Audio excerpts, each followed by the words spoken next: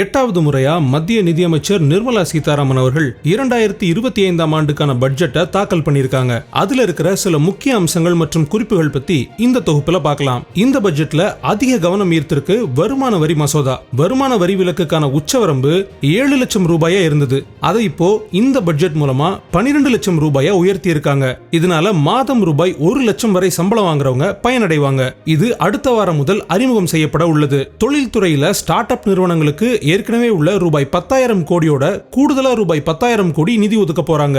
முதல் முறையா start up தொடங்கும் பெண்கள், தாழ்த்தப்பட்டோர், பழங்குடியின மக்களை ஊக்குவிக்கும் விதமா புதிய திட்டம் கொண்டு வரப்படும்னு அறிவிச்சிருக்காங்க நிதியமைச்சர் நிர்மலா சீதாராமன். இந்த பட்ஜெட் 2025 பல பொருட்களோட விலை மாற வாய்ப்புகள் இருக்கு. அதுல விலை ஏறும் பொருட்கள்ல குறிப்பிடத்தக்கதுன்னா இன்டராக்டிவ் பிளாட் பேனல் டிஸ்பிளே, பின்னலாடைகளை சொல்லலாம். விலை குறையும் பொருட்கள்ல குறிப்பிடத்தக்கதுன்னா LED LCD டிவிக்கள், லெதர் பொருட்களை சொல்லலாம். மேலும் அடிப்படை மருந்துகள், புற்றுநோய் மருந்துகளுக்கான சுங்க வரி நீக்கப்படுவதால அதோட விலையும் குறையும் எதிர்பார்க்கப்படுது. இதே போல லித்தியம் அயான் பேட்டரிகளோட விலை குறையறதால எலக்ட்ரிக் வெஹிக்கிள்ஸ் விலையும் குறையும்னு சொல்றாங்க பொருளாதார வல்லுநர்கள். இந்த பட்ஜெட் 2025ல இவ்வளவு சிறப்பம்சங்கள் இருந்தாலும் இது எல்லா மாநிலத்துக்கும் சமச்சீரான பட்ஜெட் இல்லைங்கிற வாதமும் எழுந்திருக்கு. காரணம், பீகாருக்கே அதிக முக்கியத்துவம் கொடுக்குது இந்த பட்ஜெட். பீகார் தேர்தல் நெருங்கும் வேளையில தேர்தலுக்கான முன்னெடுப்பு தான் இதுன்னு விமர்சனம் செய்யறாங்க நெட்டிசன்கள். அது மட்டும் இல்லாம பட்ஜெட்ல ரயில்வே திட்டங்கள் குறித்து ஒரு வார்த்தை கூட இல்லைங்கிற செய்தி பலரிடத்துல அதிருப்தியும் ஏற்படுத்தியிருக்கு.